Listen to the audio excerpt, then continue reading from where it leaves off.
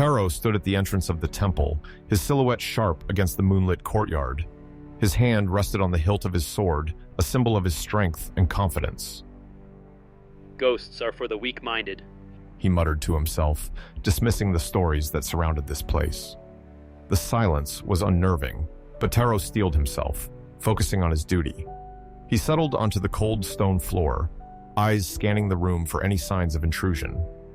Hours passed, and the oppressive quiet began to weigh on him. Taro leapt to his feet, sword drawn, his heart pounding in his chest. Show yourself, he demanded, his voice echoing back to him. But the only response was a low whisper, as a spectral figure clad in ancient armor appeared before him. You are unworthy to guard this place, the spirit intoned, its voice ethereal yet commanding. Taro bristled, anger flaring within him. He swung his sword with all his might, but the blade met only air.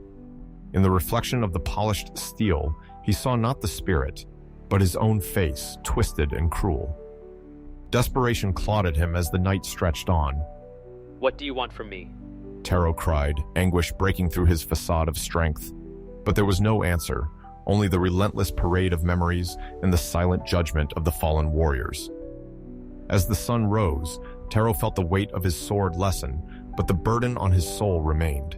He knew he could not leave, not while his past sins held him captive. The temple had become his prison and his penance. Taro was no longer just a samurai. He was now a guardian, bound to the spirits he once scorned, seeking a redemption that eluded him even in death.